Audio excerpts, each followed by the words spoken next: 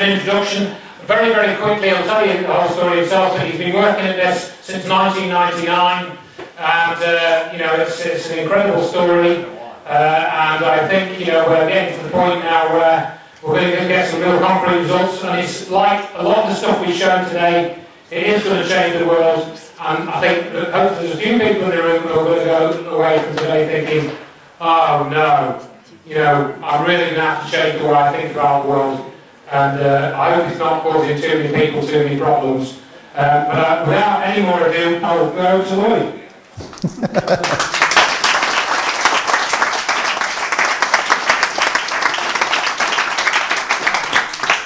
I've known Andrew now for about 10 years. He's a good friend. We've been together many times. I've spent nights in his house and everything. And I understood about 10 words of what he just said, if I understood that much. That's how it sounded to me. As you all know, you're here. I hope you know that you're here to hear about the Starchild skull and the latest evidence and all that. So we're going to start with what on earth is a Starchild. You've all read this by now. This is a comparison of a human, Starchild, human. And what we're going to go through is why he had not seen anything like it and nobody else has either. Anyway. All right, the Starchild was found in Mexico about 1930, 100 miles southwest of Chihuahua, which is this area right here, Chihuahua, and El Paso actually sits, it's not here, it sits right here, right across the border.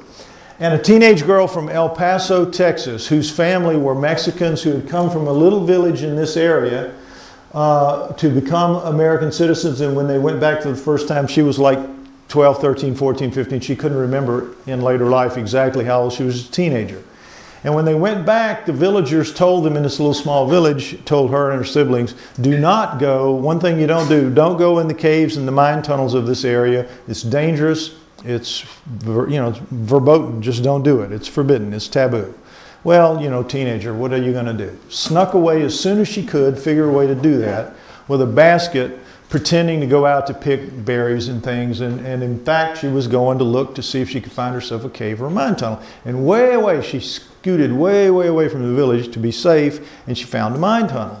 And it looked something like, it's a high desert area like you all know from the Grand Canyon, pictures from the Grand Canyon in Arizona and all that. Same thing, high desert, and a mine tunnel like this where people are living in it now, you know, very poor people of course, but that something that would look like that, just imagine it. And as she went into the mine tunnel, she saw a body laying on the ground, a human body like that. It turned out to be a human female, skeleton, full skeleton, about 5 feet tall, lying on the dirt. Got a little closer and she noticed there was kind of a mound beside it that struck her as a grave. And so she got a little closer and she saw that what she called a misshapen hand, and that's the only word we have, a misshapen hand, was emerged from the dirt and was entangled, wrapped around the arm of the one laying on the dirt. Now, she didn't know the things that are obvious about that scene, which is that the one in the dirt had died, and she, for whatever reason, had lugged this body, which the girl said was significantly smaller than she was. She, according to the size of the skull, of her skull, is about 5 feet tall, which is very standard for Mexicans to this day. To this day. But what we found with carbon-14 testing is that they had died 900 years ago. 900 years ago. Carbon-14 dated, showed that individually they had died at the same time, basically in the same place. So little doubt that what the girl was saying was probably true based on that. So if it was significantly smaller, we have assumed it was about 4 feet tall, whatever it was, even though its skull is the same size in physical dimensions as her skull. So back to the story. 900 years ago, they died. But of course she didn't know that, or that the woman had died, laid down with it. She had buried it, laid down beside it, wrapped the hand around her arm, and committed suicide. For whatever reason, whatever way. So, very dramatic story, obviously, just based on what she saw. Well, what she decided to do was see if she could scrape it out and see where the hand led. So she did, because there was no, it's in a mine tunnel, there's no compaction from rain or anything like that. The grave was as fresh and crumbly as when it was laid down there. So she scraped with her own hands and exposed that full skeleton that she said was smaller. She ended up, it's a long story about how she ended up with the skull. She tried to recover both skeletons, lost most of the parts in a flood, in a rainstorm, but ended up with the two skulls slightly damaged, minus their jaws, because a skull is not attached to its jaw. And she ended up with the upper parts of the skulls, again damaged a little bit, and she just kept them as souvenirs for the rest of her life. For the rest of her life. As she was dying in the early 90s and knew she was, her husband, who was a Border Patrol agent, was not comfortable with having a couple of skulls in a cardboard box in the garage, and she knew that. So she passed them on to some friends. He was an FBI agent. He wasn't that, and this is not from an illegal standpoint, it was just from a kind of creepy standpoint. He just, they weren't comfortable with it. So they had friends, next slide, Ray and Melanie Young of El Paso. All these people live in El Paso. Ray and Melanie, Melanie had been a neonatal nurse for about 15 years, working with, children. And so she knew a lot about deformity. She had seen a lot of deformity. She had studied a lot about deformity. So when they asked, would you take this one skull that's normal and the other one is deformed, would you be okay with that? And she said, yeah, sure. Keeping in mind that up until then, anybody that knew anything about these skulls assumed that the strange looking one was just a human deformity. That's what everybody said, and so that's what everybody assumed. But Melanie had the schooling and the experience to know immediately, no, that's not a human deformity. It's too light, it's too symmetrical, all the parts are different. This just isn't what human deformity looks like. She knew immediately. Not only that, her and Ray were just coincidentally members of El Paso MUFON, Mutual UFO Network. They were fans, like you, of UFO, alien sorts of things. And so they went to the meetings regularly and they kept up with it. And so Melanie said, not only is this skull not a human deformity, I'm sure, it looks to me like it's got all of the physical traits and hallmarks of a standard gray alien. Now, for those of you who don't know what a gray alien is, I bet you know when I describe it. It's that alien that you see with the kind of little mounds up here in the top of the head with the crease down the middle and the very narrow lower face. That's called a heart-shaped face. People that see them say they have like a heart-shaped face and they got these weird black eyes, That's your standard gray alien. So she looked at it and she says to Ray, I think this is the skull of a gray alien.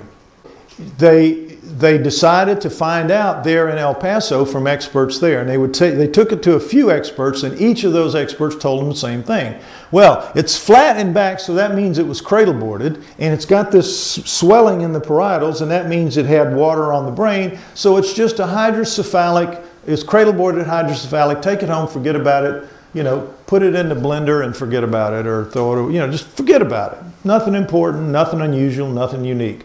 Well, Melanie knew better, but she couldn't get past the initial wall that was thrown up and that I have dealt with for years and am still dealing with. That was the first foray, the first shots fired against that wall were fired in El Paso. So they went to the next MUFON meeting and they said, look, we're getting nowhere with this. Who in the field of alternative knowledge talks about skulls, knows anything about skulls? And somebody said, well, there's this guy in New Orleans named Lloyd Pye, and I've seen him do a lecture and he talks a lot about skulls because I was dealing with, at that point, hominoids and human origins. That was my field. And so I was indeed talking a lot about skulls. And so they said, okay, so they contacted me and they said, the next time you're in the El Paso area, would you come by? And we have something we think you'd really want to see. And so I said, sure. People would, show me interesting things all the time. I never said no if it wasn't out of my way. Why not, So I went by El Paso February 18th, 1999. And that's when I saw them for the first time. They pulled those skulls out of the box. And I have to tell you, it really amazed me just like it did Melanie, because I knew enough to know I was looking at something very unusual. I did not, however, believe that it was an alien. I didn't agree with her because I just couldn't believe it. I couldn't wrap my head around it right away. that this was possible, although I said it's probably some kind of deformity or combination of deformities that we just don't know anything about, some really rare exotic malady. And she says, well, it's nothing I've ever heard of, and I've been researching now for a couple of months and I can't find anything. And I said, well, you know, give me a chance to find out, but I will take it around. I think there's a possibility that it could be what you think. It certainly is unique, and let's find out. And so that was the start of this almost 14-year odyssey to get it to this point, without having any inkling at that time that that was what it was going to amount to turn into this ordeal that it's turned into. But nonetheless, we're going to win, and that's what counts. All right, next slide. Here we start now with the analysis, the technical analysis of it, so you'll come to understand why it's so unique. All the combinations of points of view that you can see, there's nothing that looks the same. There are 25 major physical differences and several minor. Okay, so there's not a single point of reference in the human skull. Nothing you can say that is exactly the same in the Starchild. Nothing. And not only that, the Starchild has some things in it, as you'll see, that is not found in anything else of any kind, any species at all. Next slide.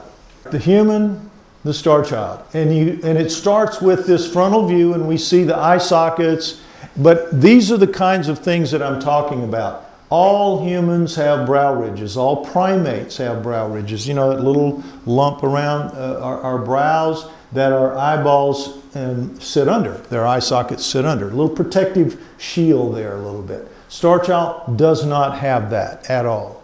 This here, if you put your finger in there in the eye socket anywhere around it, it has kind of a roundness to it. It feels kind of like a drinking straw, the width of a drinking straw and the shape and smoothness of it. If you do that to the Starchild, it comes right to a point. It's not a blade like it's going to cut you, but it comes right to an edge, like a dull edge. Absolutely different. In here, you see the nose, a human nose comes down off of the brow ridge in a little dip. Everybody's got that, even if you have a big nose. And then your nose is narrow at the top and it widens out as it comes down. Everybody does that. This is totally different. It's absolutely straight, and it's the same width here as it is here right on down. Different, different, different. Even at subtle levels, there's nothing is the same. Now, if you see, next slide, the profile view, what you find is that this is 2 inches deep. That's 2 knuckles deep. If I put my finger in, that's where it goes to. Do that to the Starchild, it's less than ½ an inch. It's about that much. A completely different eye socket and a completely different eye. There's no way an eyeball like we have that is bigger in the back and bigger on the bottom so that it'll stay in the head when we get hit. Our eye, what we see is a small part of what's back there, so it'll stay in our heads. This, if it had an eyeball like us in there, it would be sticking out to there, right? Can't have that. I wanted to point out, if you would go back, the brow ridge and the dip and the absolute lack of both over here. Next slide now. Pterygoids, ear holes, and Indians. When you look at the Starchild by itself, people would always say, what are these 2 little bones sticking out here? Nobody understood what they were. I didn't either before I learned this. This is called the pterygoid plate, and its sole job is to brace this, the upper maxilla, the upper jaw, and protect it so that if you get hit here in the face by anything, a punch or a fall or whatever, this will not just break off and go right in here and kill you. That's what the pterygoid plates do. They're actually very important parts of the skull. Ear holes right here, you see that the Starchilds are shifted forward quite a bit, and we'll talk about that more. But the point here, the real point is the Indians. If you are a creature with a head on a neck, you have a knot of some point in the back of your head where your neck connects to. With humans, it's this thing right here. Feel your own. Everybody's got one. It's called the inion, or external occipital protuberance. They call it inion for short. Various sizes. Everybody's got one. Various positions. If you got a head on a neck, you can have it up here. You can have it down here, but you've got one. Starchild does not have one where it's supposed to. If it's a human, it's got, in fact, an indentation. Its actual one is down about right here because it has a very tiny neck, a small neck, less than half of the volume of our neck, as we'll see in another slide. Next slide. Top view, standard curve of a human head. Everybody knows how that works. And then you have this crease here that makes the crease in the heart-shaped face. Now, also too, you need to understand about sutures. These are sutures. These are parietal bone, frontal bone. And sutures are in all skulls. When you're born, you have this area of bone and this area of bone and this area of bone, but all this in between is very stout ligament, which allows a baby, an infant's head, to reshape, to pass out the birth canal, and then it'll come out and it'll pull itself very shortly back into the size that it's going to take. And then what happens over the next 2 years is these sutures close all around, and the last place to close is this one here, which is called the fontanelle, which is the soft spot, at about age 2. And then the suturing is finished. So the Starchild is clearly, you know, sutured up pretty good, as is this. Next slide. Now, here's the back view. Now, this is what we all look like. This is the occipital bone here. Again, the parietals, and this is the suture line for it and where it connects. This is the inion, the knot that I was just talking to. And these are the fossa where the two big neck muscles come up and attach here. To the two big muscles that attach, but also the neck goes around like this. With the Starchild, as you see, it's like somebody took this and just pulled it up and straightened it out a bit, and a completely different, just redesign back here. And this is where the inion should be, and it's just this dent kind of compression. And this is its real inion, this little bitty nub of a thing right here, and that's its fossa compared to that. You can see how much dramatically reduced it is. Next slide.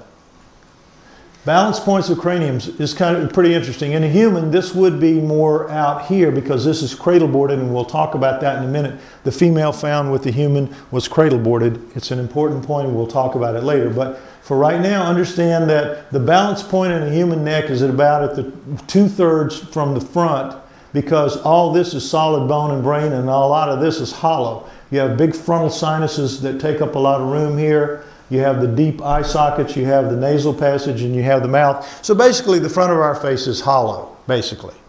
So you've got a fat kid and a skinny kid on the seesaw. Well, you got to move the fulcrum back toward the fat kid so that the skinny kid gets a little more leverage, and that's what you have to have here. And that's what nature has provided us with. A neck set back so that the spine comes in here and it gives us proper balance. Starchild, completely different. Does not have frontal sinuses, as you'll see, as those very shallow eye sockets. We assume very small nose and mouth because everything about it is small. We'll talk about that. So that the balance point had to go forward because you got all this extra brain back here, even though it's flattened out, to give it balance, perfect balance, front and back and side to side. Now why? Because it's got that skinny little neck down here that we're going to talk about. Balance is really important for something that is like a weird shaped golf ball on a tee. Now, you guys play cricket here. It's baseball in the States, but the same principle holds. You take a cricket bat, and you hold it in your hand by the handle with the bat part of it sticking straight up. I mean, absolutely straight up, vertical. If you do that and you hold it, it's not that hard to hold it. You'd be surprised, not that hard to hold it. You tip it off even 1 degree, 2 degrees, 3 degrees, and as you start doing that, it'll just pull you over because gravity takes over. But if you can keep it straight up over the center of gravity, gravity works for you. That's how it is with the Starchild, and nature understands that and gave it what it needed to have its head balanced properly on its neck. Now, if it's a deformity, how did nature know to do all these things to make it work? Yeah, right. Anyway, next slide. Now, this is really important to keep in mind. The cerebellum, this thing right here about the size of your fist, sits back here in the base of your neck, and it's extremely well protected. This is some of the thickest, toughest bone in your body, and it's protected by neck muscles as well. The cerebellum is your software. It's your motor. You think and do a lot of things up here, but this is where your blood is constantly moving, your urine is being made. What goes on 24/7 in your body that you're totally unaware of. It never stops. It never sleeps. It's got many more of the neurons and things that it needs in this, to function than this does. This is where we think and do all that stuff, but this is where you really exist. As you know, with Congressman Gabby Giffords, you can take a bullet through the head and live. You can't get a nail pounded into that and live. You got to have this. So it's taken care of. Your body takes care of your cerebellum. What it does is in here, if you could stick your finger in the foramen magnum, you would feel these flanges of bone. And when I take the models and copies around to let people do it, and they'll say, yeah, really there. You can feel these flanges that this thing braces up against to hold it in position, because you got these 3 pounds of this weighing down on it, and it's got to last in place for 60, 70, 80, 90, 100 years. It can't slide out. It can't be compressed, because if it is, it'll slide right out the neck hole. It'll slide right out of the foramen magnum around the spine, and you'll die. And in fact, when you have hydrocephalics where you have the pressure increase, that's generally what will kill them. The push of their cerebellum out through the neck hole. With me? Okay. But with the Starchild, as you see, we've got a very different situation because of the flattening back here. This has to be more in an oval shape, and you've got so much more brain up here. Now let me mention that. This is a standard 5-foot tall female, standard head, and she's got a 1,200 cubic centimeters of cranial capacity.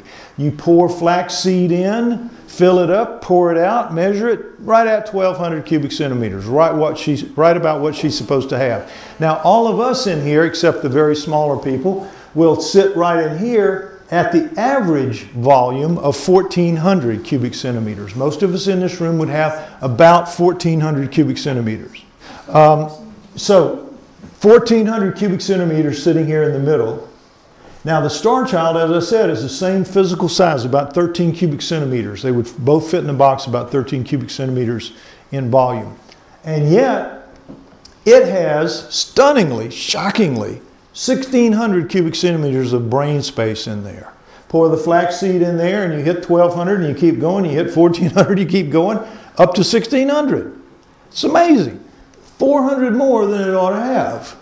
Where does it fit? We don't know. The bone is much thinner, that's true. A lot of space taken up there, no frontal sinuses, very shallow eye sockets, but you have the expanded parietals, but then you have the flattened rear. We can see maybe 200 more extra, maybe.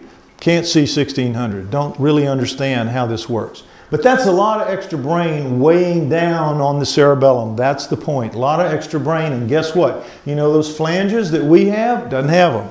Little bitty nubs down there. Little bitty, the tiniest of little bumps you can feel. So that is, remember the fat kid on the seesaw? The fat kid on the slipper slide going down? Should have just slid right out the neck hole. Right out. Brain guy said, you know, either this thing doesn't have a cerebellum of the kind that we have, or its brain is a much more dense material than we have, because if that's a human brain, that's coming right out. And don't be surprised to learn that this bone is a lot tougher too. Bone and brain seem to be a lot tougher. Bone is for sure. We have to assume the brain is. Interesting stuff though. Next slide. Neck size and shape, and here we go. We see the normal standard shape of a human neck. It actually peels a little farther around than you can see here, so it's actually even a little bigger. But the Starchild is like this. This is basilar part. This is missing on the Starchild. Nothing unusual about it. That's the last part of the skull to fuse between the age of 20 and 25, but it's also not a particularly good fusion, and so it could have been knocked out in the tumble down the stream that took out the, see, it took out one cheekbone here on the human and took out both cheekbones in the lower face here on the Starchild. But nonetheless, this shows the difference in the shape and the volume of the neck. Next slide. This is the absent inion that we talked about, and this is the fossa for the Starchild where the muscles connect. And here you see the spread of the fossa, the size of them, and this is the inion where it, you know, here where it should be. And you see very clearly here the difference in the size of the muscles that attach the neck, a very small neck. Next slide. Zygomatic arches, cheekbones. Your jaw, your lower jaw is not attached to your skull. All that holds it to you is your cheek, the cheek muscles that attach up here to your head. Muscles attached to it, go up through the cheekbones, spread out, and attach it to your head. When you die, your jaw becomes disengaged from your skull. Somebody lifts it up, the jawbone stays there, not connected to your head. Next slide. We see that this is the case, and it comes up, and you can see the difference in the texture of the bone where those chewing muscles attach. About half the size in the Starchild as the volume right here. Very clear. Much smaller, much reduced lower face. Next slide. Okay, x-rays show that the Starchild, like any vestige of frontal sinus, and this is the x-ray eye socket, and this is the frontal sinus, and this is the x-ray of the Starchild, and you see there's no vestige, not even a slight thing. Now the first test we had done, first test I was able to arrange was an x-ray test of the Starchild skull and the maxilla. And the x-ray tech that looked at it, he says, oh, well now this is really interesting. Because you can have the sinuses be two different sizes. You can have them be shriveled up, you can have them be, you know, pretty bad looking, but you're always going to see some piece that they attempted to grow. You'll always see vestiges of it. And he says the fact that this thing lacks that, he says that's really unusual. It really is. You ought to look into this kind of thing, which we intended to do. But what's interesting about it is, what do you think your sinuses are for? What do you think they do? You think it has to do with being sick, right? That it somehow helps you clear your, you know, clear up a cold or do whatever your sinuses are, and they deal with hay fever and things like that. It's not true. What your sinuses are there for, and what they do primarily, is they allow your voice to resonate. They allow me to talk to you as I'm talking to you now. Because if I didn't have sinuses, I would sound something like a robot or something like that, like a machine talks, because it can't resonate. That's how it would be. We would all talk like that. So what this tells us is maybe the Starchild had no need to talk. No need to talk. And when people encounter grays, one of the things they always insist is they communicate via telepathy. They don't talk. They communicate. I know what they're thinking. They know what I'm thinking, but they don't talk. And here's evidence that this could be that in action right there. Next slide. Now, this is a CAT scan of the Starchild, but it's just to symbolize to you that the Starchild's inner ears are twice the size of human inner ears.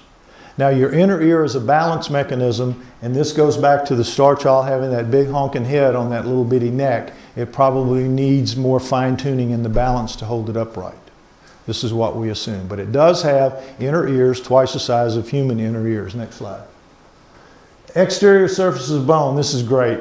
Human bone, all bone, imagine, all bone looks like this with these little dimples here. Now, what are they? You've all heard the story of your cells change out every 7 years. You know that. All but your brain. Your brain stays the same, but all the other cells in your body change out every 7 years. And it's true, they do. That's the 7-year itch, and the study of the 7-year changes of life in the book Passages and that whole school of thought there, but it is true. So in the Starchild and everything else, humans, excuse me, not in the Starchild, humans, what would happen is, let's say a cell here. It's here and it starts a journey toward this hole and it moves in here, and within 7 years it's going to go in that hole and it's going to be dissolved and be passed out. Meanwhile, another one of these holes, and you can't tell just looking at them which is which, is going to be pushing new ones up to take the place of the ones going down. And this is going on all the time. And everywhere, in all parts of our body. We are changing out all the time. And after 7 years, my cells don't like yours anymore. I want a divorce. That kind of thing. It is a function that happens. So if that's true, how does the Starchild lose them? If it's a deformity, how does it lose that? Down to that level of detail. Pretty weird. Next slide. Mass spectrometry of the human bone. You have high calcium, high phosphorus, oxygen and carbon down here, and then the others are very low down here. But standard human bone, this is what it looks like. Next slide. Starchild bone. High calcium, high phosphorus, but look, oxygen and carbon way up. What's the difference? It is tooth enamel. This is tooth enamel. The whole skull, all the bone, is like the hardest bone in our bodies, which is our tooth enamel. It is, and our bone is tough, don't get me wrong. Bone, animal bone, human bone, pretty tough stuff. But tooth enamel is the hardest, and the Starchild, because it's very thin relative to human, is much harder. It is tooth enamel, like tooth enamel, chemically. Next slide. Upper right maxilla fragment has a nasal passage and is very small. This is that piece of maxilla that I was talking about, and what that is this part here, from the middle around, this part of your upper jaw, right part, that piece detached. And it used to have 2 teeth, now it only has 1. I had to give this one up for testing, forgive me, but you know, I made mistakes like everybody does. There was no instruction manual when I got this thing. But anyway, here's the nasal passage. So we know that it breathed, it had a breathing mechanism.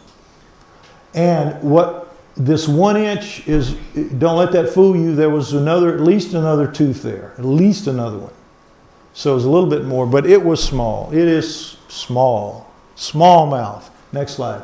And when you double that up, the piece that we have, what we find is the roof is flat, flat. Now what that tells us is it has a very small tongue, a very flat tongue, like a piece of cardboard or something, or no tongue at all. But since its teeth are worn, like it was eating something, I assumed that it had a tongue but very flat compared to ours. Something that could just flip the food back or something. But not a tongue like we have for speaking. You know how our tongue is a lot of its use is for speaking because there's just no space for it. The curve of the roof of your mouth is where your tongue fits. So this is another piece of evidence that the Starchild had no need to speak. No need to speak. Next slide. The x-rays of the maxilla fragment with one of the teeth gone shows that you have 5 crowns ready to come down. Now, again, back at that first x-ray in the first week, the guy saw this and he says, well, you got 2 teeth down, you got 5 teeth up in the bone ready to come down. That's a kid. That's 5, 6, 7 years old. That's a kid. So we said, okay, child. And that's how the name Starchild evolved. We believed it was a child. Later we found out with expert help that the teeth were too worn for a child, as you'll see. Next slide.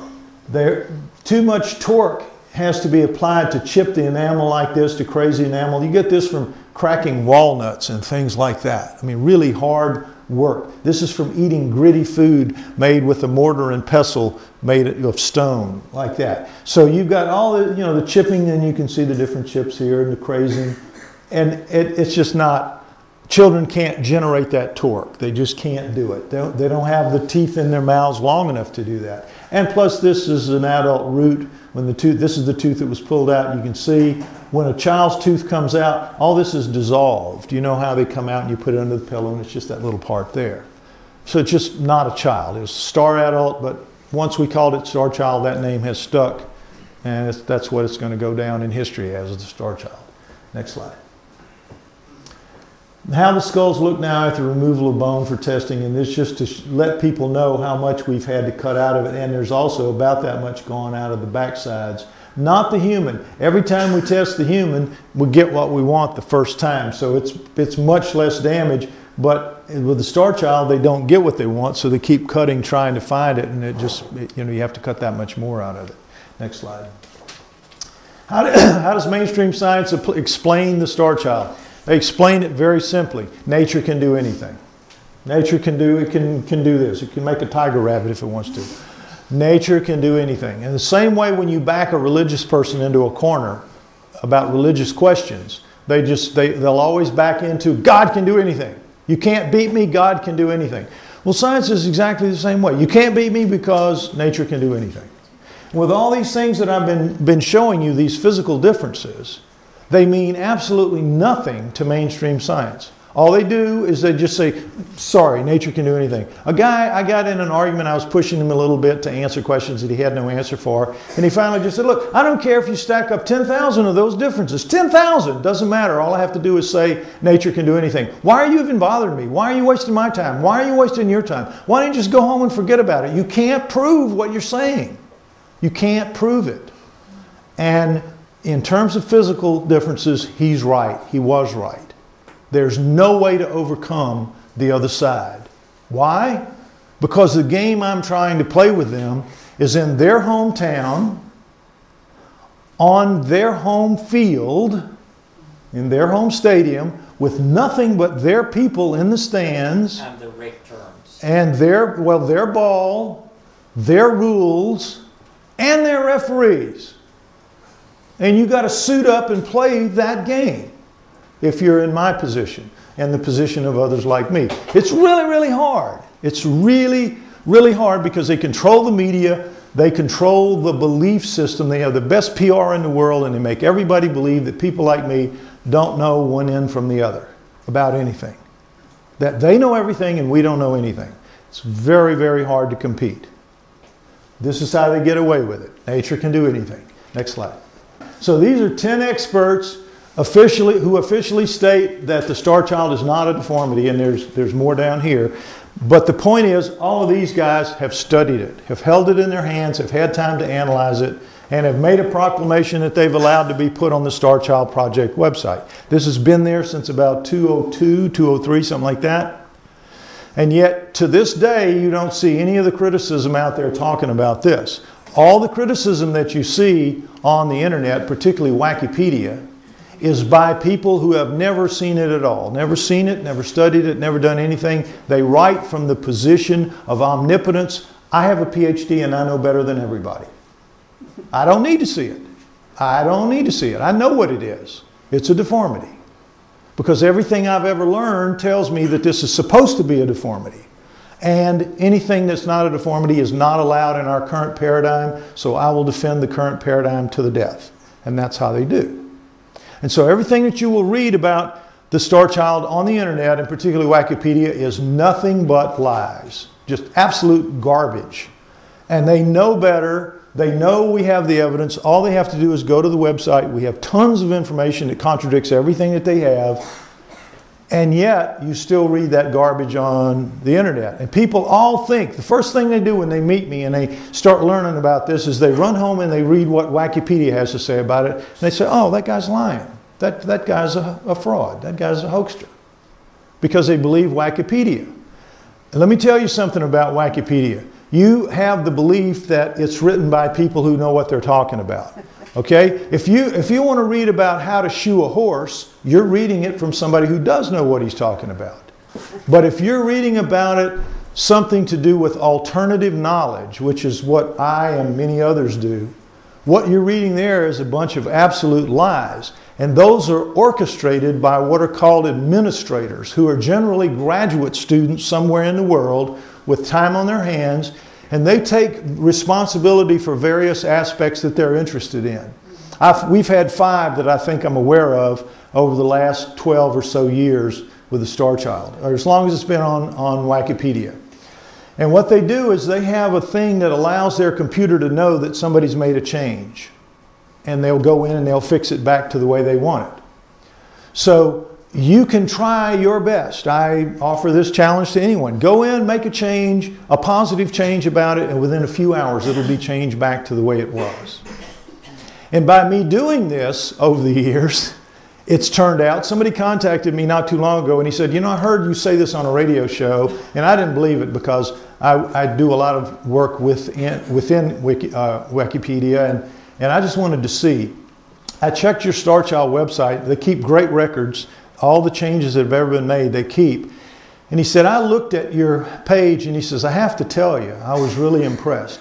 There have been more changes, pro and con, on your Starchild page. More people trying to write good things about it, and more corrections from the other side than on the page of ex-President George W. Bush.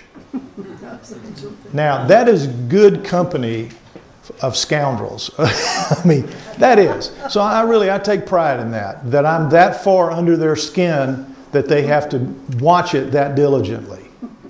But they do. That is the way it is. Next slide.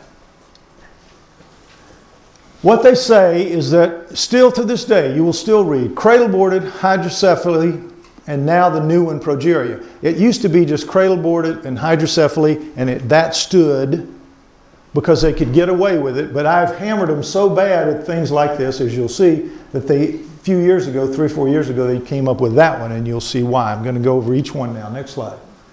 Cradle boarding, you all know, I hope you know, is the practice of primitive societies where you put a baby on a board to put on the mother's back in societies where the women have to work very diligently within a few days of birth. They put the baby back there, they swaddle it, And they have to strap the head down lightly, not crunch it down, just lightly strap it down so that it won't snap around like that as she works and damage its neck. Just hold it down. But because the bone is so soft over the time that it has to stay on the cradle board, it is going to flatten out as flat as the board. And the human that was found with the Starchild 900 years ago, very common, she was cradle boarded. And her back of her head is absolutely as flat as that table, about the size of the palm of my hand. It always starts right at the top of the inion. Can't go below the inion because you can't tear neck muscles off. It has to stop right there, and it stops up at the crown, and that's how it is. And flat as that. So it has to be flat. I'm sorry. Go ahead, next slide. You're right. So with the Starchild, what we see is that it isn't flat. It's got its natural convolutions. You can see them in this shot, and you can see them especially here. And if you ran your hand over it, you'd feel the natural convolutions of the bone, which bone normally has. It was never put up against a board. I mean, never.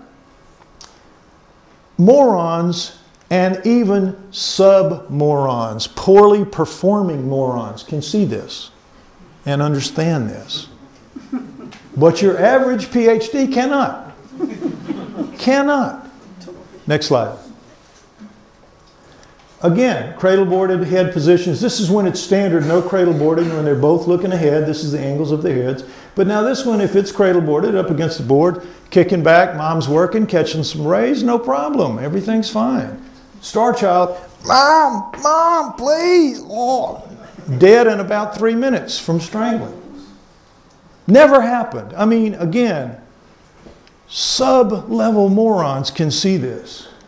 And yet you will go right out on the internet and you'll find them saying that this is it. Cradle-boarded hydrocephalic. Next slide.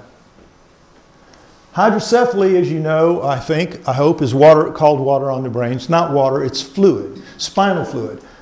Normally, your spinal fluid comes up, washes out your brain of cells that have gone bad. Again, 7 years, everything but the brain, but there are parts of it that do need to be refreshed. And then it comes out through tubes that take it back and it goes out, constantly cycling through.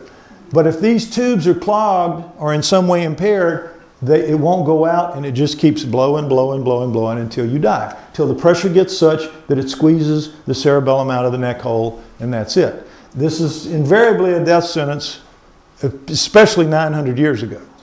Today, I mean, this used to be, this is like a third world country, because today, just anybody that's born with it, it's a pretty easy fix to put shunts in there and allow them to go on. There are people, you don't even know what happened to them, generally. It's so easy to fix now. But again, not in all countries. But if it isn't fixed, and this is what you get, it's going to expand at the sutures. The sutures are not going to come together because that's the weakest point. They're not connected. It's easy to see. Next slide. And same thing, blowing up a balloon, you're not going to be able to put a crease in it. And the sutures are all together. Sub-performing morons can see this. The PhDs can't. You will still see them saying this is the answer to the Starchild. Next slide. If that suture is fused, you can get a crease. If it's abnormally fused, meaning just smoothed over fused. But you can put a camera, as we did up in here, to see this from the inside, and you can see the light shining through. Absolutely perfectly normal sutures all the way around. And they know it. Look, it's not like they don't know it. It's not like they don't know it. We're on that field playing that game. That's what it is. And they're trying to win. Even though they know what they're doing is cheating, they want to win. And so they just pretend that this is true, when they know good and well it's not. Next slide. Last but not least, vein tracts. When your brain has veins on top of it, and when you're an infant, your bone is so soft it touches on those and the veins leave tracks. Everybody's like this. And the Starchild has them too. Now they're repositioned in the Starchild because it has a different kind of brain, a different shape, different everything about it, but it still had veins on its brain, and it shows clearly that it didn't have fluid on its brain, separating the brain from the skull. Morons at work. Next slide. Now, the new one is, because of just how devastating that argument is against them, one of them noticed, wait a minute. The Starchild has thin bone and progeria victims have thin bone. And the Starchild has a small lower face, and progeria victim, it's got to be a progeria victim. We win. Yay, progeria victim. Starchild is a progeria victim. Well, sure enough, the Starchild bones are thin relative to humans, but progeria is that horrible disease where when you're born, you immediately start getting old. And if you make it to 15, you've lived the equal of about 100. Most of them don't make it to 15. It's a terrible, terrible disease across a lot of areas, a lot of problems.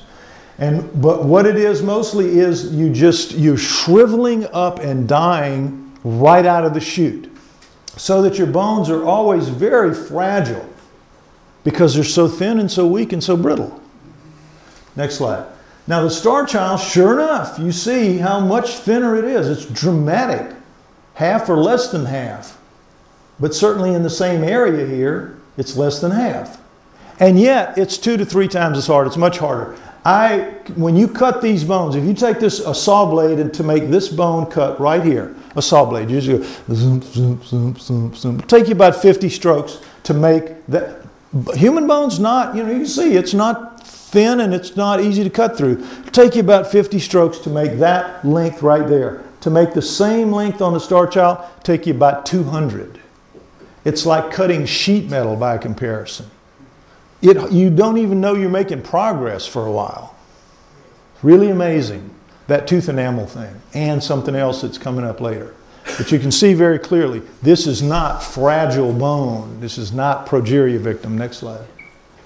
Now, sure enough, lower face, reduced lower face, and you'll see this in a minute too. But it's still human. Look at where the ears are, right at the eyes where it's supposed to be. Look at where the ears are here, not even in the ballpark. Still human eyes, brow ridges, dip in the nose, human eyeballs in there. So it's shriveled up, yes, but it's still a human being. The parts that aren't really badly affected are still human parts. Next slide. And you see if in profile, brow ridge, nose dip, no nose dip, and lack of chin, very reduced because it just never gets to grow. Little thin neck, but still has the inion back here and all this. It's still just not the same. It's a human. It's a badly deformed, badly impacted human, but human nonetheless. Starchild is not a progeria victim. Next slide. And last but not least, progeria victims almost never have the fontanelle close, and of course the Starchild did. Again, sub-level morons, anybody can see this. Anybody that's a true scientist would be ashamed to try to say that the Starchild is a victim of cradle boarding, hydrocephaly, or progeria. And yet you go out there and that's the criticism that you will read. Next slide. So how do they explain it away? None of the above is true. None of the above. Next slide. And if it's not a combination of what are these things, what was it? Next slide. Well, the first image we look at is by an Alaskan artist named Rob Roy Menzies, who said, look, if I take your x-ray and I put a face on it, it looks pretty cool, don't you think? And I said, well, yeah, pretty cool, except you make it look like somebody killed its dog. Can you fix that? Make it look a little more appealing. And so in the end, next slide, we got out this, which I think is really a pretty good depiction of how it probably looked. And understand with the eyes, this. With the Starchild's eyes, with that very, very shallow depth of its eye sockets, it can't have a ball like us. That would pop off the head like frog eyes. You can't make it through childhood with eyes like that. You have to have a greatly flattened in eye that sits there and really probably can't move. There's no way. Like we can get 180 degrees of vision by looking left, looking right, but our eyes move because they're round balls in a big socket that holds them. This, in order to get 180 degrees of vision, is going to have to be all pupil, wall-to-wall pupil, so that it takes in more. But in taking in more, you got to have a bigger brain back there to deal with all that it's taking in more. A lot of our brain works to take care of our vision, right? Starchild has all that. So I go along with this idea. Now, the standard gray idea of eyes here is very likely, I think, some kind of a lens that they have to wear over when they're on Earth to deal with Earth light or Earth dark, maybe so they can see it in the night, because you generally always are dealing with them in the night. Not that many encounters in the day, some, but vastly more at night. So it's possible that those are lenses that allow them to see at night or whatever, but I think it's a lens sitting over the eye. Now, this communion picture, this has become the iconic image of gray aliens because of the Whitley Strieber book, the cover of the Whitley Strieber book. But in fact, and Bud Hopkins and others who deal with this will tell you, this is not what people say when they've really seen them. Bud says this is much more like what they describe. They don't describe this. They describe something much more like that. Bud Hopkins himself told me that before he died. It's pretty interesting. Next slide. Now, this is a forensic sculptor. People would say, well, has anybody ever tried to make one of those clay models of the Starchild? And so we finally got a forensic sculptor, Bill Munns, to do it. And this is what he sent me. And I said, Bill, geez, man, those eyes, those are human eyes. It can't be the Starchild's eyes. He says, yeah, I know. Couldn't make it work, Lloyd. They just stuck off the head and it was just terrible. I said, well, what'd you do? He said, we don't have a format for that, any kind of a template for it. I said, well, what'd you do? He says, well, I had to cut the eyeball right in half. You know, the eyeballs that they put in there, I had to cut it in half to make it fit. And he said, and then it was okay. And I said, oh, well, all right. And I said, what about the neck? What are all these big things out to the side? And he says, well, if you do the neck the real size of it, he says, you got this big honking lump of clay up on this skinny little neck. He said, if I bumped it against the table or something, the head might just fall off the neck. So I had to brace it up a little bit. And I said, oh, okay, all right. Well, that made sense too. But I mean, other than that, though, it's a pretty reasonable, pretty good look, I think. Next slide. And you'll see how he put it together, and you'll see those half eyes in there, and you'll watch the process of him putting it together, which is really pretty cool.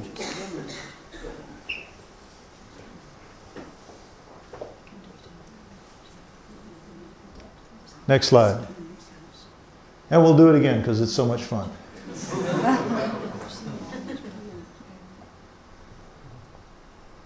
I've watched a forensic sculpture. There's only one thing. They put little wood pins and right. They build it up to a certain depth in different layers.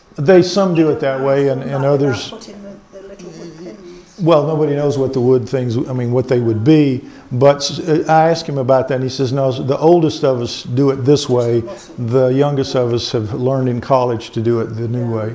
But he said it's the same effect. I mean, it looks good to me, other than those things. Okay, next slide. Now, this is from a guy named Chris Murphy, who, I don't know how many of you are interested in hominoids like Bigfoot and the Abominable Snowman and all that, but he does the best books and some of the best literature, but particularly the best books about that subject. And he does analysis of hominoid faces relative to human faces, and he did this with the Starchild. It turns out that our faces are very well proportioned. From here to our chin, our eyes are in the middle. From our eyes to our chin, our nose is in the middle. From our nose to our chin, our mouth is in the middle. It just divides down like that. It's really pretty cool. Starchild, nothing like that. Very different in each case.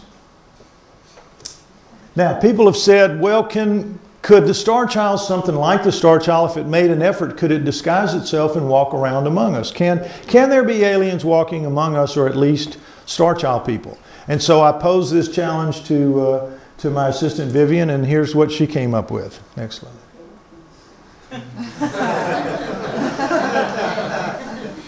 And boy, it's like, well, maybe, golly. Could happen.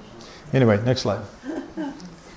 Two things found in the Starchild bone are not found in bones of any other creature on Earth. Unknown fibers, unknown red residue. Understand what I'm saying here. No other creature on Earth. You're going to see something that's not found in anything. Two things. That's found in the Starchild. Next slide. This is the cut of a Dremel blade. A Dremel blade is a blade, a whirling round blade, and a deal that you cut the bone with, and you go, whoop, you cut the bone. And if I were to have one here, I could cut my hand off my wrist in just a matter of a few seconds. It would go through. Do not screw around with a Dremel blade. Tough. So when they cut some of the first pieces of bone out, not the first pieces, but some of the first pieces, but they looked under with a little chip with a scanning electron microscope. Person said, what is all this? What is all this? What is all this? Well, what is it? We don't know. So you never see this. This is incredible. How could it resist the Dremel blade? Well, it turns out that these are fibers. Next slide. These fibers are woven into the matrix of the bone. Here you see one of them where the blade passed just over where it lays in that track right there, like rebar in concrete, to add strength to the bone that's already super hard. Because these fibers are really, really durable. You can see that one's torn, but somehow this one came along here, it got ripped out of its track and came out here and got wrapped around this fatter one here. They're different kinds. They're different kinds of fibers. And we've had it checked with mycologists. It's not anything that grew on it or grew there. It's not fungi, bacteria, mold, anything like that. It's in the bone. It's in the matrix of the bone. It's woven in, not known in any other animal species on Earth, as far as we know. Next slide. We see another one here, the flat fiber snagged down here, and another kind, but what you see here up close is it's sheared off. The Dremel blade, it resisted the Dremel blade to the degree that it tore it off instead of cut it through like it would do my arm.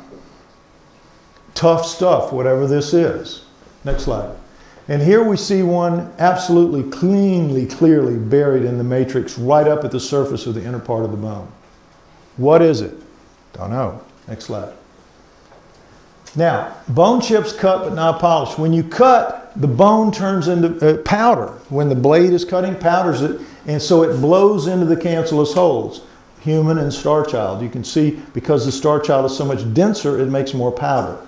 That's basically it. So, if you take a piece of this and instead of cutting it, once you've cut it, if you take pliers and you snap off a corner, which you can do, snap it off, and now you get a nice clean edge. And if you're very careful, you can take lapidary tools like you use to polish jewelry, and you can polish that bone and you'll get a nice clear look at what's in the cancellous holes. Next slide. And what you see with human bone, this is the top, it's so big relative to the Starchild. This is the top, this is the inside. This is the same area, the same place, same piece. And it's pretty. It's like alabaster. It looks like a kind of a jewel of its own. This is human bone, normal human bone, after extended periods of death. Because what happens is in the natural course of events of life and death on this planet, Mother Nature cleans her plate, dust to dust. There are things that will eat every single aspect of us up till there will be nothing left. Nothing. There's a place in the States called the Body Farm in Tennessee where they've done extensive research on what happens to bodies. People donate their bodies and they put them out in the woods and they film what happens. And you can just see it's remarkable. Within a matter of a few weeks, you got a body laying there and you've got just a kind of a brown puddle of nothing. It's really incredible. Bones and everything. Get down to the bones, there's mold and fungi and bacteria that are going to eat that. Mother Nature cleans her plate. If she didn't, we'd be stepping out of here and we'd be looking at 1,000-foot high piles of bones. You have to understand that. Well, one of the things it does, there is a bacteria that we all carry that will eat out every single skerrick of bone marrow from our bones. Now, this is how a bone works. It's like a sandwich. You got a piece of bread, and in the middle you have the cancellous holes where the marrow moves and is made and all that. Bone marrow, right? It's blood, in effect. A different kind of blood, bone marrow. So, what they do is they eat every bit of it out so much so that in the end, you could eat out of that. It's that clean. Nothing left in anybody ever. Next slide. Except for the Starchild, in which case you have this reddish residue all over the place. Next slide. We'll see a backlit piece. Look at it. No idea what it is. But it's not bone marrow. Because if it was bone marrow and it oxygenated, it would be black. You know how blood does? Blood falls, it oxygenates, it turns black. Whatever this is, it's not from Earth. It's not from Earth because Earth provides bacteria to eat every bit of it. We don't know what it is. Now people say to me, well, why don't you find out what it is? Why don't you find out what the fibers are? Why don't you find out what this is? It's very microscopic in size, all of it, number one. Number two, never been seen on Earth, so there are no protocols for recovery. Nobody's ever thought about trying to recover it before. But let's just say you could figure out how to recover it. How would you maintain the integrity of the samples that you recover?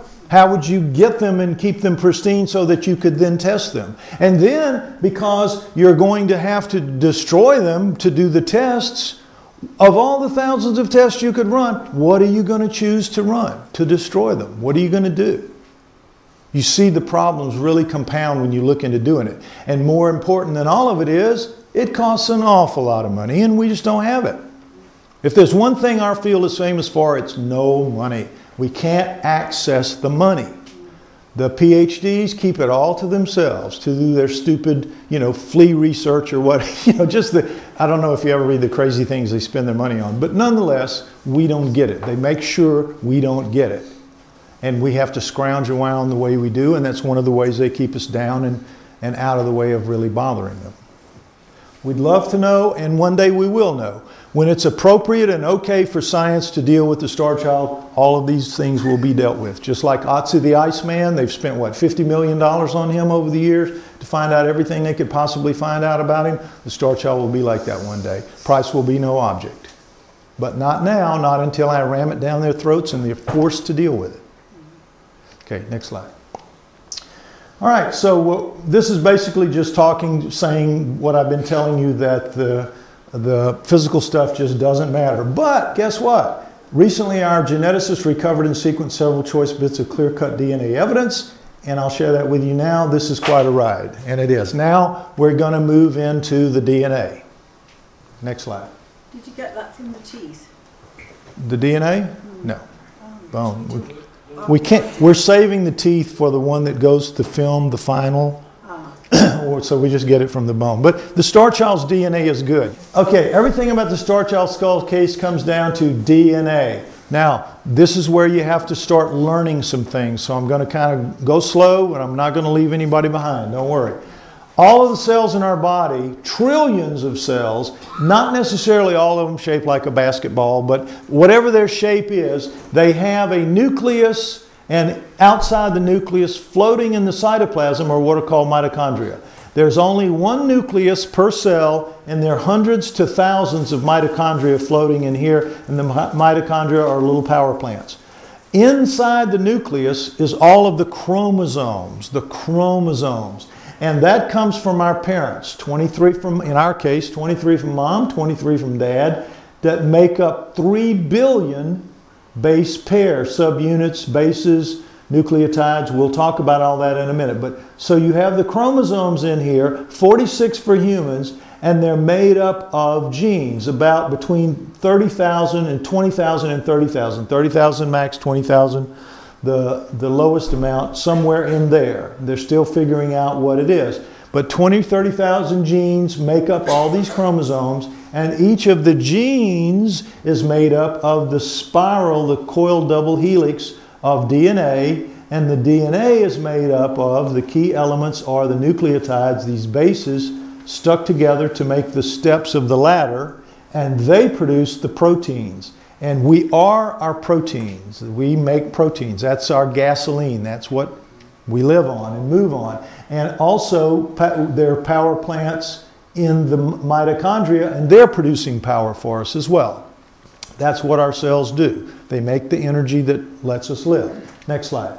We're going to see it in a different way. 46 chromosomes are composed of 30,000 genes, composed of 3 billion nucleotide bases arrayed in pairs. Again, that's in the nucleus, the 3 billion. And here's how it works. These things here, you have 4 bases, thymine, adenine, guanine, and cytosine.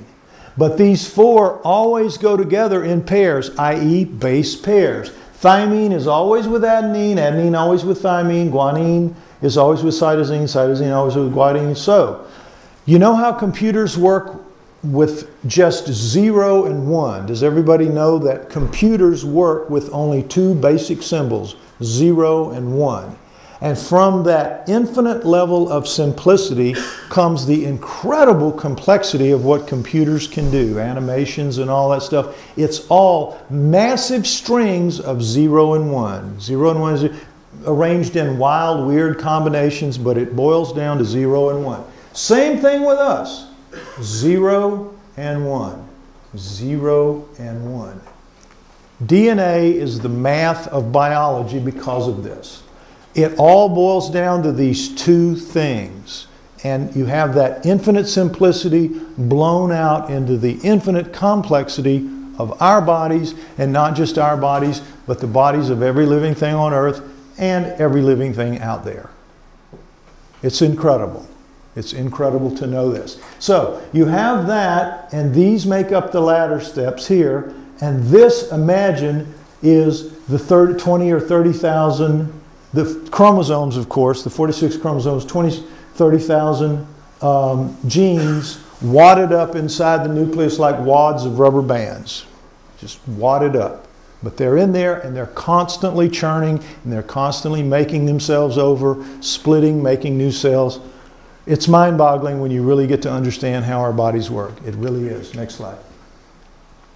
Okay, so here's how it works. Except the red blood cells, all of the cells have nuclear DNA and mitochondrial DNA. And again, in the nucleus, where there's 3 billion base pairs, you have the chromosomes, 23 from mom, 23 from dad. But in the mitochondrion, which are floating out here in the hundreds to thousands, it all comes from mom. Now, how does that work? Because the egg, you've all seen pictures of the egg, how big it is relative to the sperm when it connects. The sperm is 23 chromosomes with a tail stuck on it. The egg is 23 chromosomes with all the mitochondria in there as well. So with the new person, it's got the mitochondria of the female. So all of us in this room, all of us, we have the mitochondria that our mothers have, that our grandmothers had, that our great-grandmothers had, right on back as far as you can go, with very little change over time. Mitochondria doesn't change very much over time. Now, there's an important thing you have to understand for the rest of this to make sense. In the 3 billion base pairs here in the nucleus, 3 billion, 95 to 97% of it doesn't work in a way that we understand. It doesn't make proteins. It is called junk DNA, non-coding DNA, non-functioning DNA. They're sorry they called it junk, like we're sorry we called it the Starchild, and they're trying to get away from junk, but still everybody knows it as junk DNA. 95 to 97% of this. So that all it's really making us operate is about 90 million base pairs. It's still a lot of room, but 90 million as opposed to 3 billion.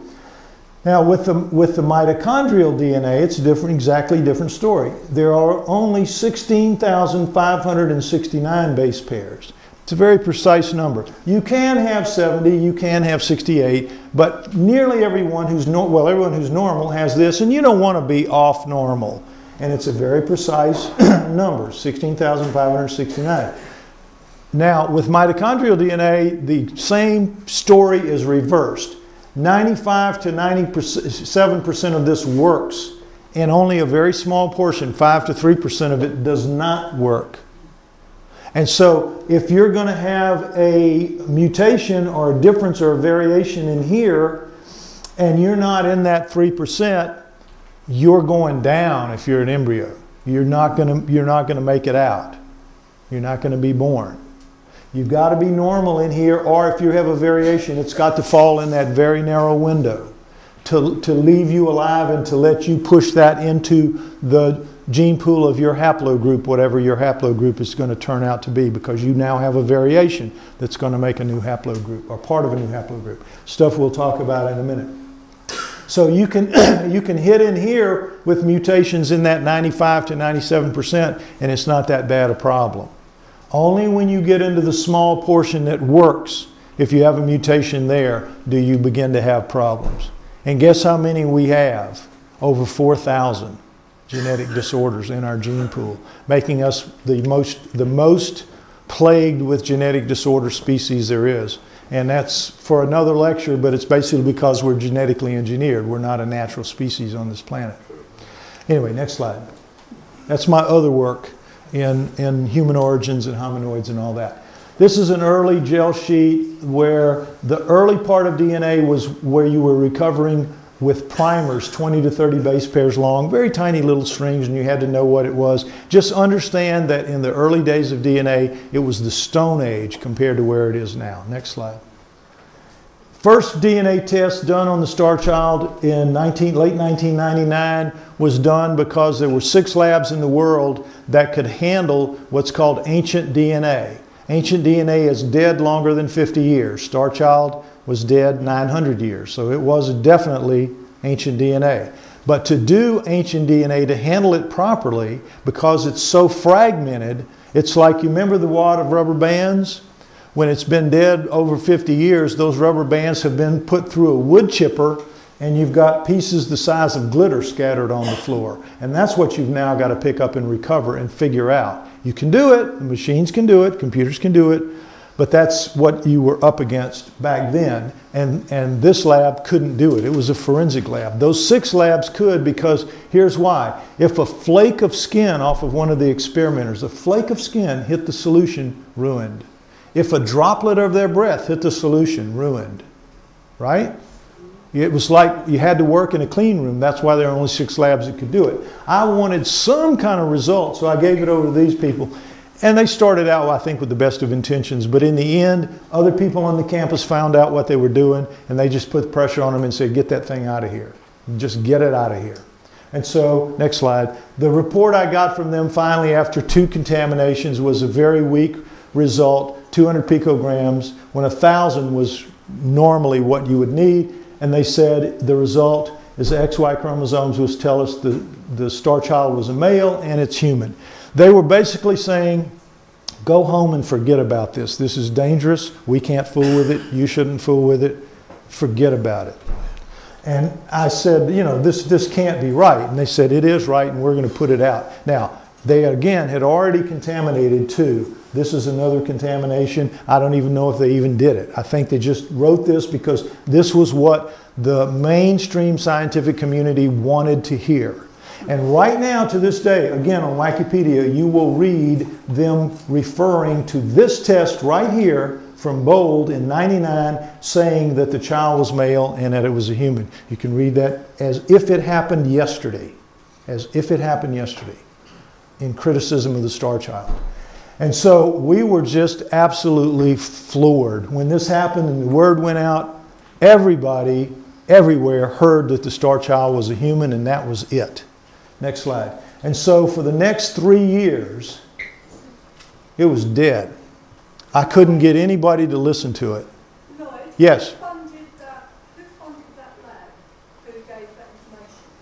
Who were the main funders? The owners of the skull, Ray and Melanie. No. The first lab was funded by Ray and Melanie. Yes. I'm getting to what you're referring to, I think. Okay, so the Starchild skull, 3 years dead time. I couldn't get anybody to listen to me at all. The mainstream overwhelmed me with the lies from that lab. That lab, I know, gave us a wrong result deliberately to get the mainstream off their necks.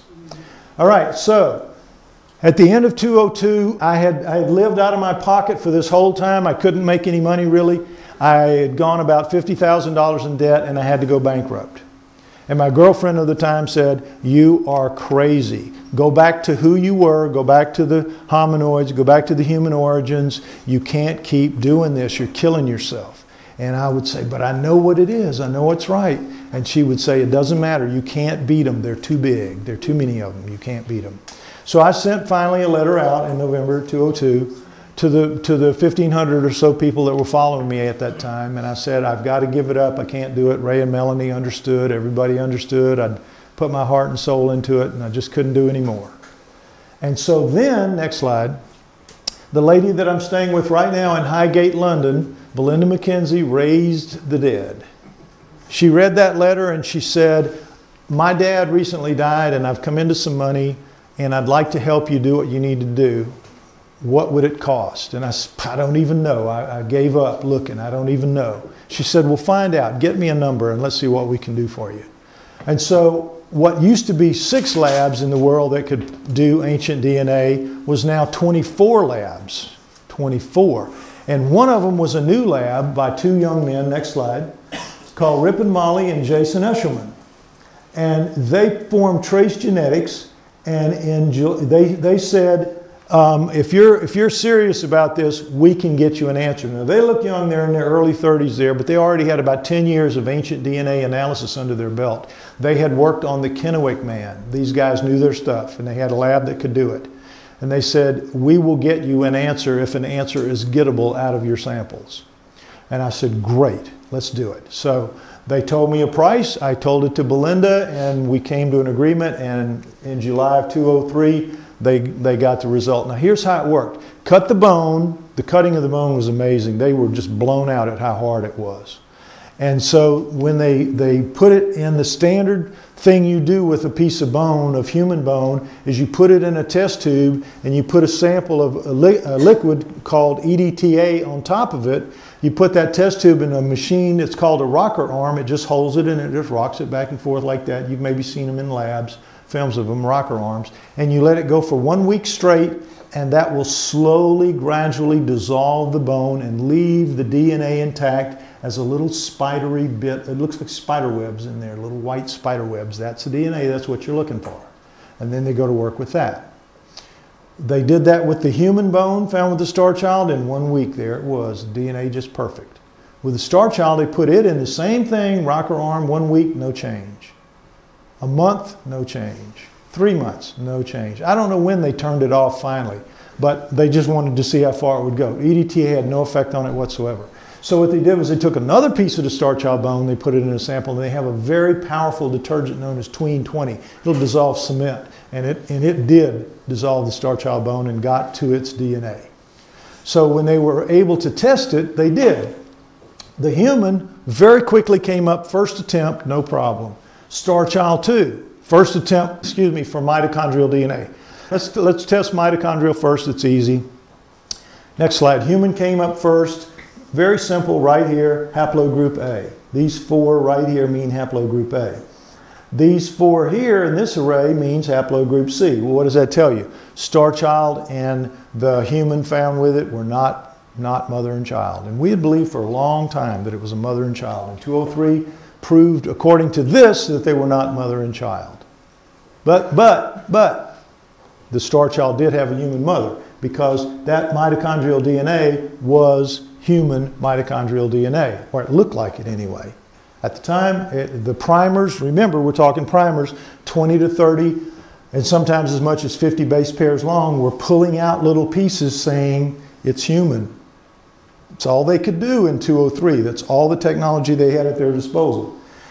So after they got the mitochondrial DNA, we knew its mother was a human. They said, okay, now we're going to go after the nuclear. Now you got to brace yourself, because the mitochondrial came up on the first attempt very easy. So this is looking like we're going to get a sample. And if it's human dad, then you've got a human on your hands, like it or not. So I was ready for that. I just wanted it over by then. It had been a long time. Next slide.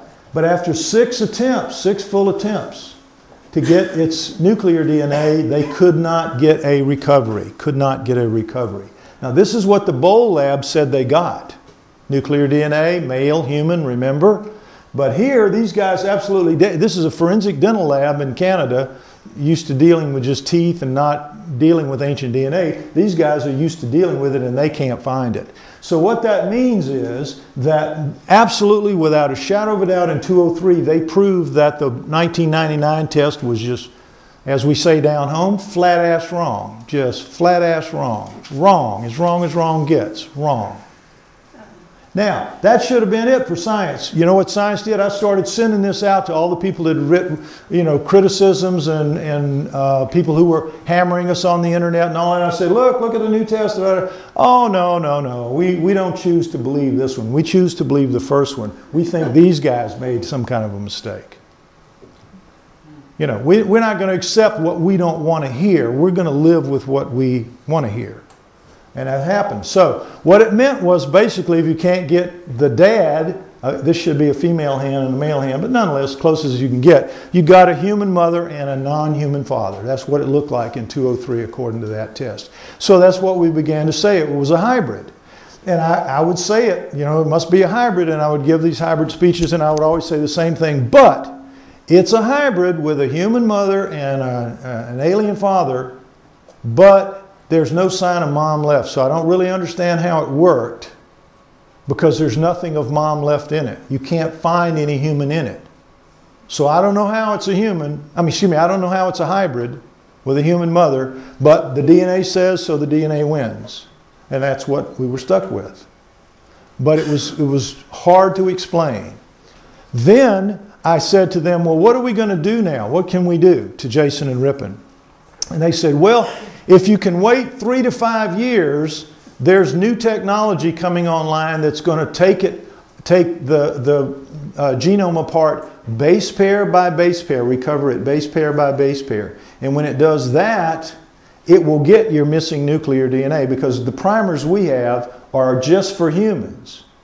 And so they're not going to recover alien. They don't know what alien looks like. But when you can recover base pair by base pair, you will be able to tell exactly what it is.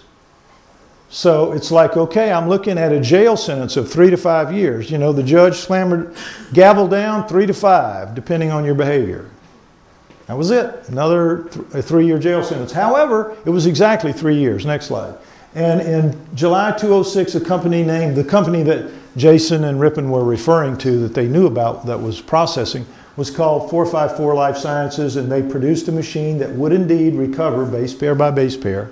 And those machines were immediately sent to the Max Planck Institute in Germany, Leipzig, Germany, to begin working on the Neanderthal, because that's something science wanted an answer to.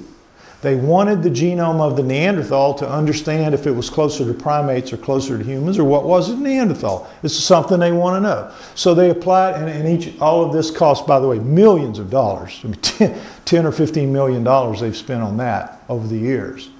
But the price, as these machines began to proliferate, the price was going down.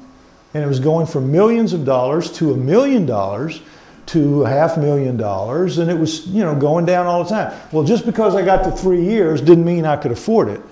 It didn't mean at all. But at least I knew that if I waited long enough, the price would get down within range, reasonable range of doing something with it. Now, right now, today, the price of this has gone down so much today in 2012 that as we sit here in this room, if you took any of our DNA, our genomes, you could have your entire genome read out by one of these next generation machines by Illumina for $10,000, about 8,000 pounds, in that range. Your whole genome. If you wanted to do it, you could. You could hire it done. But understand, that is living. That, remember the rubber bands? That's the machines going in and breaking each rubber band very nicely and laying it out and laying it out and laying it out. They can do that because it's alive, nothing wrong with it. Remember, the Starchild's DNA has been put through the wood chipper and it's glitter on the floor. It's got to be put together piece by piece. So it's still going to cost $2 to $3 million to do it, because you have to run 50, 100, we don't know how many tests to get those little pieces of glitter stacked up, and then you run a compression program that puts them all together in one read. But you can do it. You can do it. Don't think you can. I know it's mind-boggling, but the Starchild's a pretty easy recovery because it was buried in a mine tunnel, no rain washing down on it to leach minerals into it, no sun beating down on it. It's well preserved. It's well preserved. But it is ancient. It is broken up into pieces, but the pieces are there. The pieces are recoverable. So, next slide. In early 2010, a new geneticist contacted me and offered to help. And here's how it happened. Guy contacted me and he said, look, I've read your Starchild Essentials ebook. My wife read it and my wife was impressed. A friend of hers had told her to read it. She read it. I thought when I first heard the story of the ancient skull, of the alien skull and all that, it was ridiculous. But he says, I've read your book, and he says, I have to say, you at least sound serious. And if you are serious, I have the capacity, because I'm the head of a major lab, of a major DNA lab here in the country, I have the capacity to tell you at least what you have. I don't have the facilities or the money to recover your whole genome for you, but I can shotgun it for some samples, and I can tell you at least if you're in the ballpark here. And I said, again, shove those chips right out to the middle of the table. Let's get this over with. Let it roll. And so I did. I sent him a sample. He broke it down. Next slide. And sure enough, within a matter of a few weeks, he had sequenced dozens of fragments of its nuclear DNA. But all were from the junk. All. But nonetheless, dozens, with hundreds of base pairs long, 200, 300, 400, 1,000, 2,000. It was incredible. For us, it was just like a mother lode. It was over 30,000 base pairs. in one run of shotgunning, over 30,000. Now, since he started, he's got about 50 million. But now that's still a very small fraction of 3+ billion. 50 million. It sounds big, but but still it's very telling what it was, because when he got it, the first thing you do is, remember in 2006 when it started, the people that put the money in these millions of dollars that it takes, scientists don't have that money. They have to get grant money from the US government through something called the NIH, next slide, the National Institute of Health in Maryland. And this is a $30 billion a year budget. And if you're a scientist and you want to test something, you want to get its genome, you apply to them for a grant, they give you the money, and you do it. Well, once these machines were available and proliferating around the country and the world, but particularly around the country, in the US, they were doing everything, anything, chimps, humans, people, gorillas, flowers, bacteria, everything they could think of, they were doing genomes. And the only deal was if the NIH put the money up, you had to send the results back to them. And so they have this giant database that by the time we were looking in middle 210, they had over 120 species types in there with literally millions and millions of coherent base pairs. So that if you're now a geneticist, like he was in the middle of 210, and you've got something new and interesting, you don't break your neck trying to figure out what it is. You just send it to the NIH and let them run it through the computers, and they send back and they tell you what the samples are, right? So he did that. He sent those dozens in and got back these kinds of reports. Next slide. For about half of them, they came back, these are called blast reports, this is what you get. They came back with that this 265 base pair fragment was found with a corollary on Homo sapiens chromosome 1 genome right. They know right where on the chromosome exactly it belongs. But don't let this fool you. This is not saying that the Starchild's DNA is human. It's human-like, okay? It's recognized as part of the DNA pattern on Earth. And it's recognized in this way. If it could just as easily, if he were asking, does it match up with chimps, he would have said yes. Because chimps are 97% the same as we are. Gorillas are 95% the same. Rats are 70% the same. That's why lab rats, they do a lot of testing because they're so like us genetically. Mice, another one, 65% the same. Pigs are similar as well. Yeast is 20%. Daffodils are like 45%? Everything shares the same life code here. So don't be fooled. It just means this is Earth-like, not human, but Earth-like, right? But the other half, next slide, the other half, the impressive part is that the other half, this one being a sample 342 base pairs long, came back, no significant similarity found. Not found in the database. And he said, Lloyd, look, if this was 5 or 6 or 7 or 8 of these, I could live with that as just kind of a quirk. But to have it be half, he says, you really have something here. This is very, very unusual. And if you will let me, I'm going to now try to pursue this with a little more vigor and a little more energy to see what you might have. And that's when it started, and he's been doing that ever since. But understand that he has to do it on his own time, on the weekends and out of his own pocket. Because when he talked to his administrators about this, and he said, what kind of support can I get from you guys? They said, not a damn bit. And if you let anybody find out that you're doing it or we're involved, you will be sacked probably. That's how it is, because the most conservative elements of science will drop down like a 2-ton tick on anybody that gets out of line when it comes to UFOs and aliens or Bigfoot or any of those things. Got to be very, very careful. So that's how he's been proceeding. And over time, he has been looking for, he also did a spectrophotometer test, and this is really cool too. It illustrates live wave absorbance in pure DNA. And this is what it looks like normally, pure DNA for humans. And no DNA is this, and protein contamination is that. Okay, so he did human and the Starchild. Next slide. And what you see, all right, human, just what it's supposed to look like. and that's the Starchild. And it's not no DNA, and it's not protein contamination. It's sort of struggling to kind of be a human, but it's just something else. It is just something else.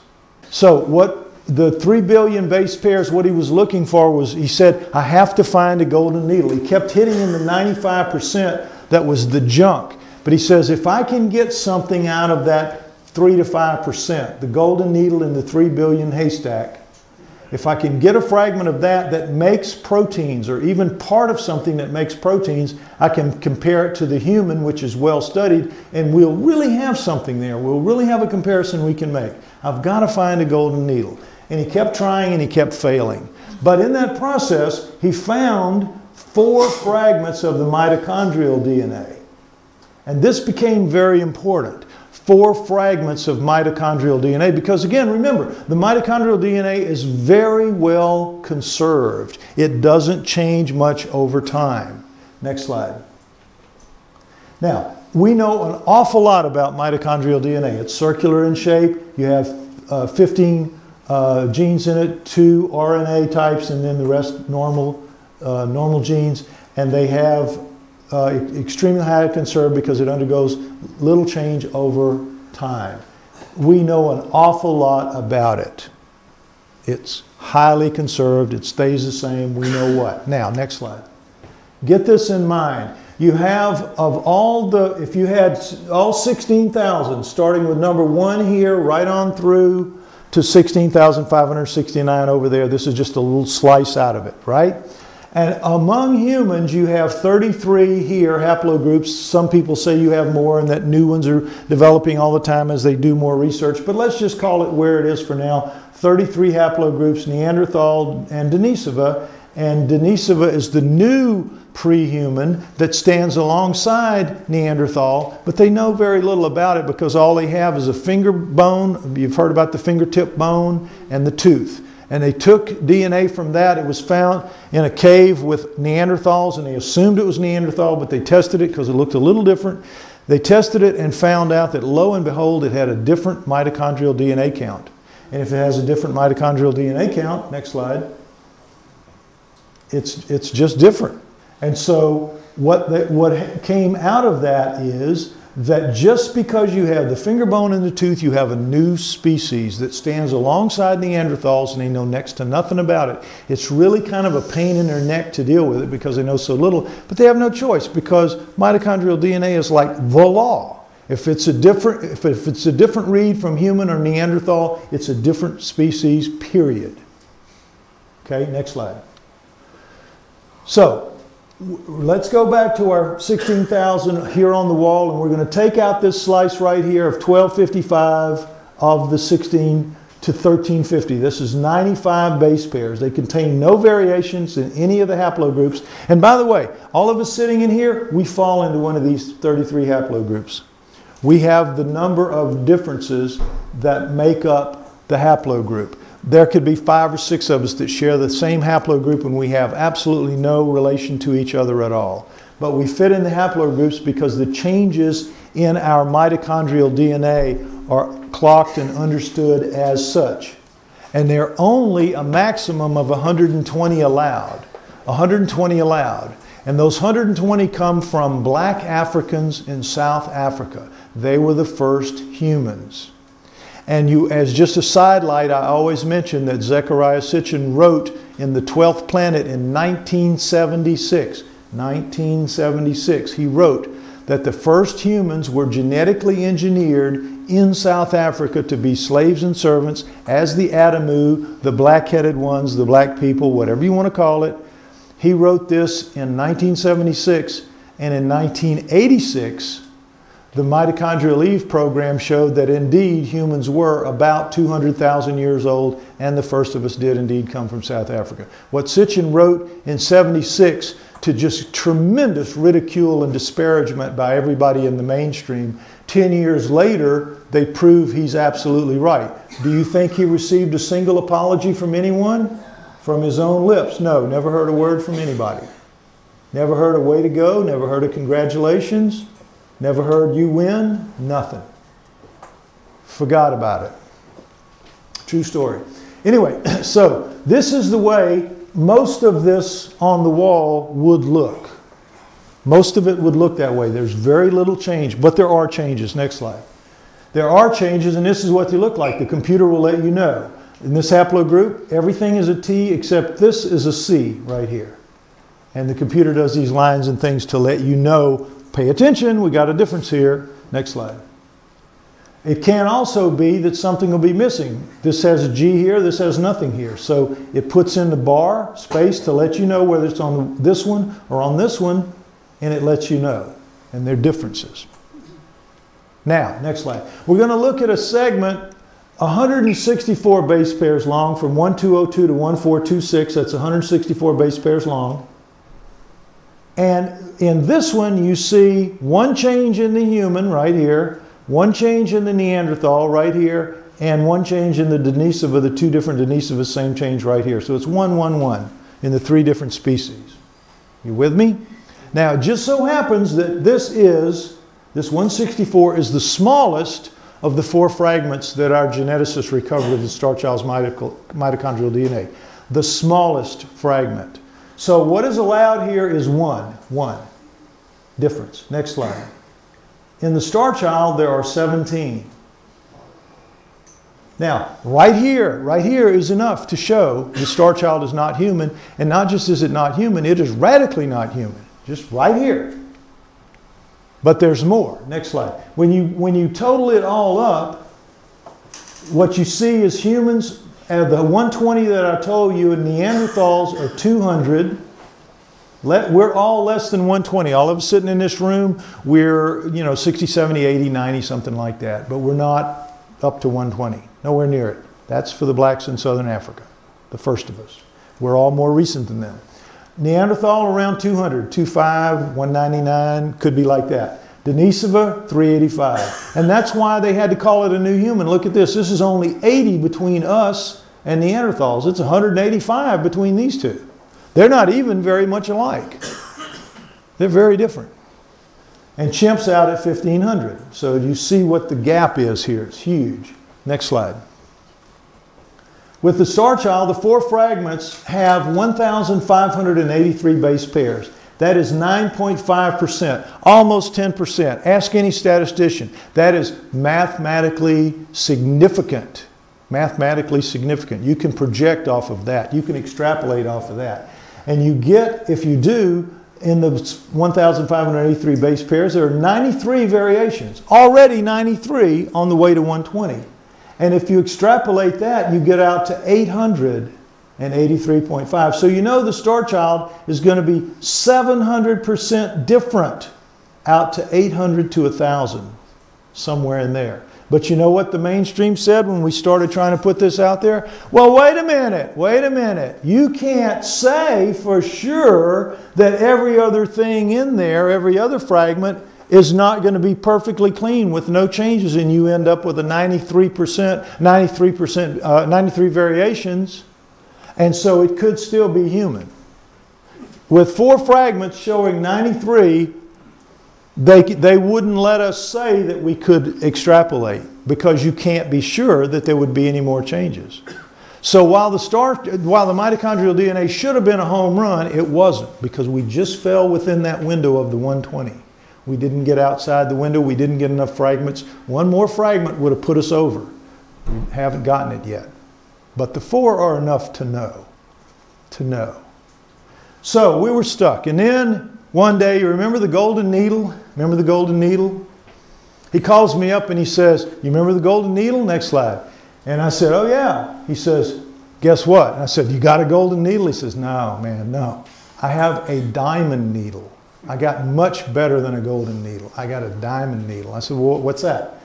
In every human embryo, a gene called forkhead FOXP2, or FOXP2, you may have heard this term before, is a master gene controlling embryonic growth in at least 300 other crucial genes.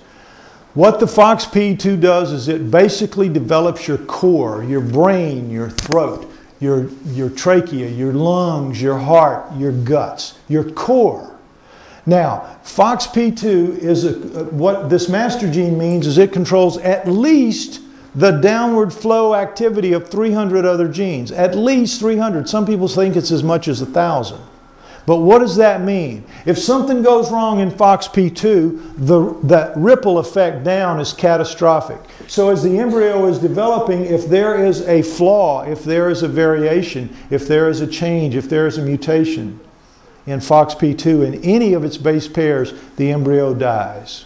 The embryo dies. And a lot of embryos die. I don't know if you know the statistics, but it's staggering how many don't make it because of things like this. She's shaking her head, so she must know. All right, anyway, next slide. The FOXP2 is 2,594 base pairs long. 2,594. It is one of the most highly conserved genes in our bodies, way more than mitochondrial DNA, where you can get up to 120 changes there. In FOXP2, every normal human has exactly the same. Every one of us in this room has the same string of base pairs, all 2,594. There are people walking the earth who have one difference in one of those. One difference, and they never speak. Never speak. Takes out their voice.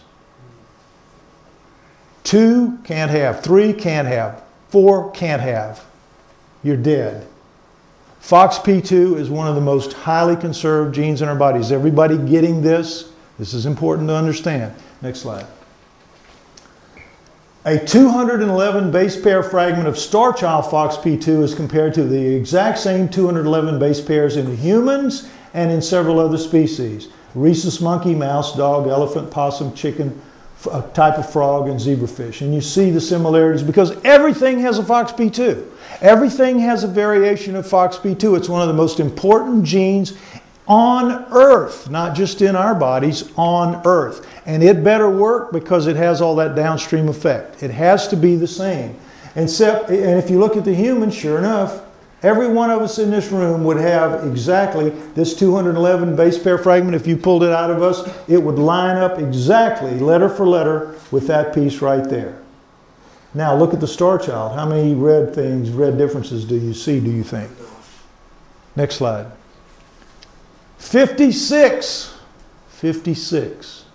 Nothing allowed for humans, Neanderthal, Denisova. You get to a rhesus monkey, you have 2, a mouse 20, dog 27, 21 for elephant, possum 21, frog 26, Starchild 56! 56! Its base pair fragment says 56, that's 8% of the total. Again, mathematically significant, 8%. Extrapolate that out and you get 700 total. This is a fragment and they have 56. None allowed, and 700 in the range is what's going to be in the Starchild's total. Now, the best way to analogize it is this.